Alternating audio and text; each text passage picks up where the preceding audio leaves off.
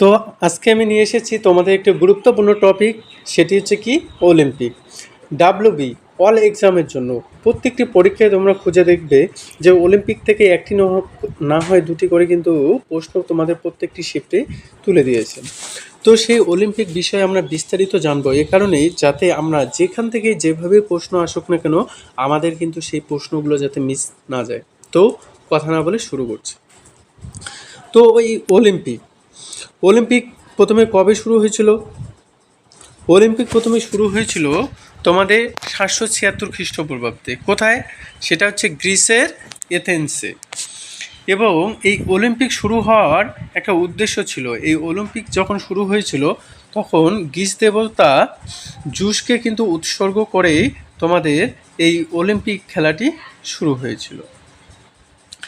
এবার আসি অলিম্পিক কত প্রকার। অলিম্পিক কিন্তু 3 প্রকার, মনে রাখবে। একটা হচ্ছে আধুনিক অলিম্পিক বা গ্রীষ্মকালীন অলিম্পিক, তারপর হচ্ছে শীতকালীন অলিম্পিক, আর একটা হচ্ছে প্যারা অলিম্পিক। তো এই যে আধুনিক বা গ্রীষ্মকালীন অলিম্পিক রয়েছে, এটি শুরু হয়েছিল 1896 খ্রিস্টাব্দে। কোথায়? গ্রিসের এথেন্সে। আর গ্রীষ্মকালীন অলিম্পিকের জনক কাকে বলা হয়? গ্রীষ্মকালীন অলিম্পিকের জনক বলা হয় পিয়েরি ডি কুবারতেনকে। আর এই অলিম্পিক খেলাটি যে রয়েছে এটি কত বছর অন্তর অন্তর হয়? এই অলিম্পিক খেলা কিন্তু তোমাদের প্রত্যেক 4 বছর অন্তর অন্তর অনুষ্ঠিত হয়।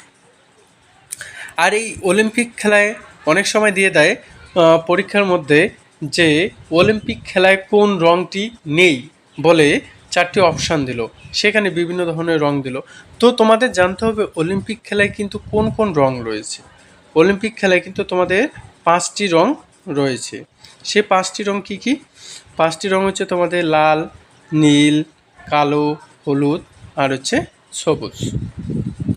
এই 5টি রং আবার 5টি মহাদেশকে চিহ্নিত করে। এই কথাটি তোমরা ভালো করে পড়ে রাখবে যে সেই 5টি রং কোন কোন 5টি মহাদেশকে চিহ্নিত করে থাকেন। তো প্রথম হচ্ছে লাল রং। লাল রং হচ্ছে আমেরিকা মহাদেশকে, সবুজ রং অস্ট্রেলিয়া মহাদেশকে, আর হচ্ছে নীল রং হচ্ছে তোমাদের ইউরোপ মহাদেশকে।